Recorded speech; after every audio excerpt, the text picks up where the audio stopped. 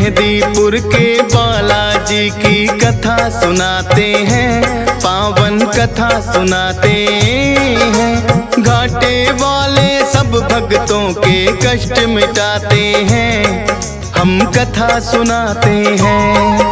हम मेहंदीपुर के बालाजी की कथा सुनाते हैं, पावन कथा सुनाते हैं। घाटे वाले सब भक्तों के कष्ट मिटाते हैं, हम कथा सुनाते हैं। मेहंदीपुर के सरकार भक्तों के तारनहार, मेहंदीपुर के सरकार भक्तों के तारनहार।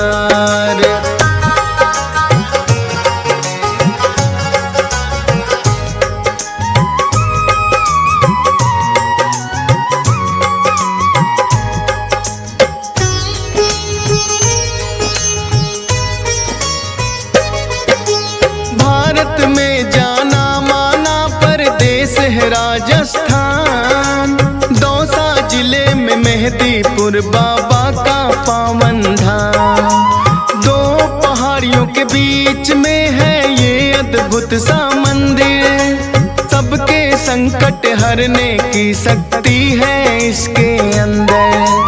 अति मनमोहक दृश्य का भक्ति रस बरसे, होते हैं भय मुक्त भक्त इनके दर्शन करके। राम भक्त बजरंगी यहाँ पे बैठे हैं साक्षात, दुष्ट आत्माओं की पेशी लेते भैरवनाथ। भूत प्रेत तो सुन के नाम इनका घबराते हैं, पावन कथा सुनाते हैं। घाटे वाले सब भक्तों के कष्ट मिटाते हैं, हम कथा सुनाते हैं। मेहंदीपुर के सरकार भक्तों के तारनहार, मेहंदीपुर के सरकार भक्तों के तारनहार।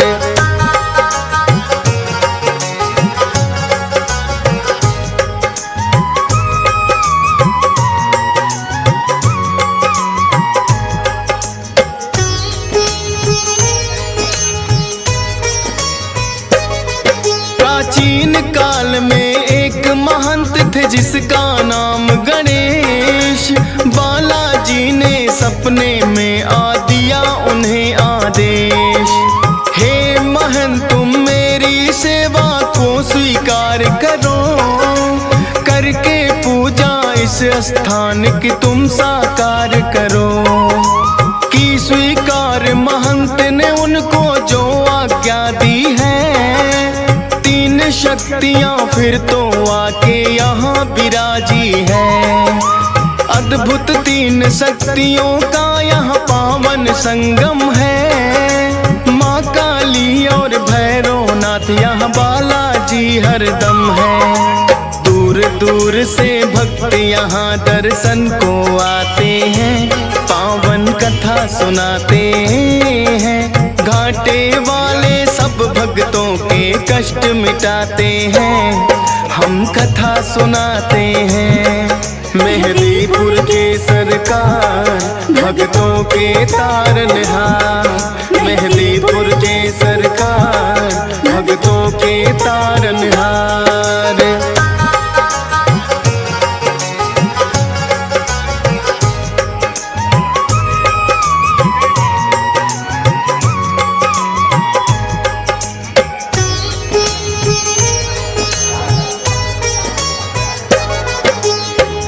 महंत जी बालाजी की सेवा करे निरंतर, कटने लगे संकट भक्तों के इस दर पे आकर। दूर दूर तक फैली प्रसिद्धि इस दरबार की, मिटने लगी सब विपदा दुखिया इस संसार की। भूत प्रेत का साया जिस पे भी पड़ जाता है, मेहंदीपुर दरबार में वो तो टिक नहीं पाता है। पटक पटक के सर रोए जब पेशी आती है, बड़ी मुसीबत भी यहाँ आकर टल ही जाती है।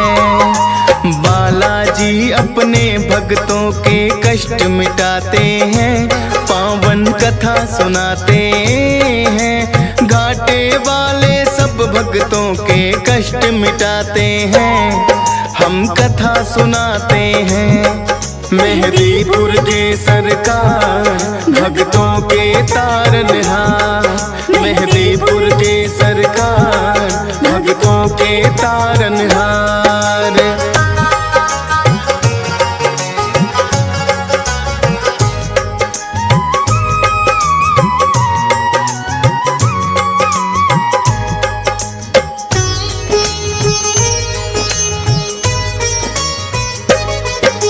जिन भक्तों की मनसा पूरी यहाँ पे हो जाए, दाल चूरमा सवा मणि का भोग कोई लाए।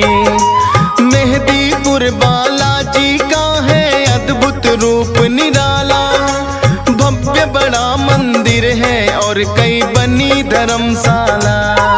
उत्तम प्रबंध है रुकने का, सारी सुख सुविधाएं, करके दर्शन बालाजी का पुण्य भक्त कमाए।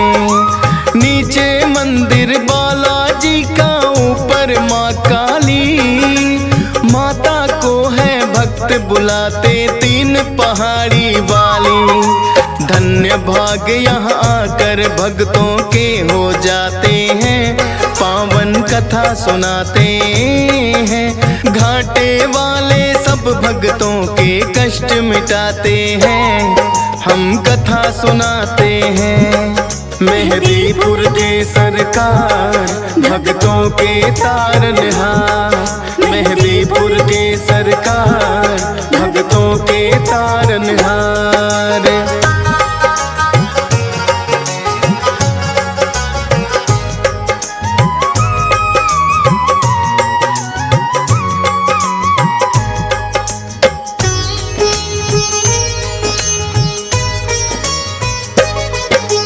अजर अमर है सदा सदा से बजरंगी हनुमान, पुरुषोत्तम श्री राम दिए हैं खुद इनको वरदान। सबसे पहले नाम राम भक्तों में आता है, भाई भरत के जैसा राम से इनका नाता है। बचपन से ही हनुमान श्री राम को भाए थे, बन बानर जब भोले संग अयोध्या आए थे।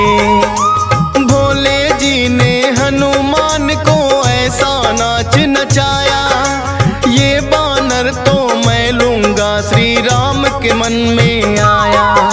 लेकिन भोले बानर उनको ना दे पाते हैं, पावन कथा सुनाते हैं। घाटे वाले सब भक्तों के कष्ट मिटाते हैं, हम कथा सुनाते हैं। मेहदीपुर के सरकार भक्तों के तारनहार, मेहदीपुर के सरकार भक्तों के तारनहार।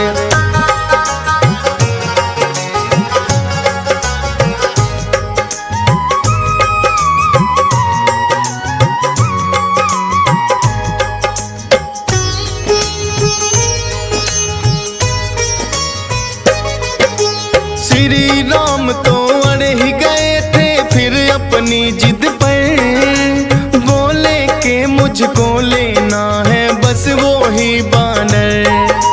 कितने बानर जाने राजा दशरथ ने मंगवाए, लेकिन कोई बानर राम को पसंद नहीं आए। आखिर राजा दशरथ ने करी खोज और पड़ताल, बुलवाए हनुमान राम जी तभी हुए खुशहाल। नर के रूप में थी लीला ये तो श्री राम की, इच्छा थी मिलने भक्त से खुद भगवान की। जो बोले श्री राम वहाँ बजरंगी आते हैं, पावन कथा सुनाते हैं। घाटे वाले सब भक्तों के कष्ट मिटाते हैं, हम कथा सुनाते हैं। मेहदीपुर के सरकार भक्तों के तारनहार, मेहदीपुर के सरकार भक्तों के तारनहार।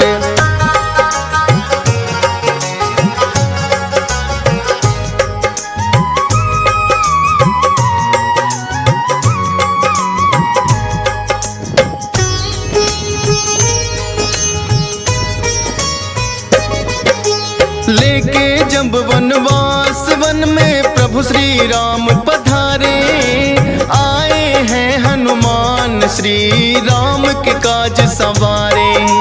मित्रता श्री राम की है सुग्रीव से करवाई, सिया खोजने बानर सेना सारी है लगवाई।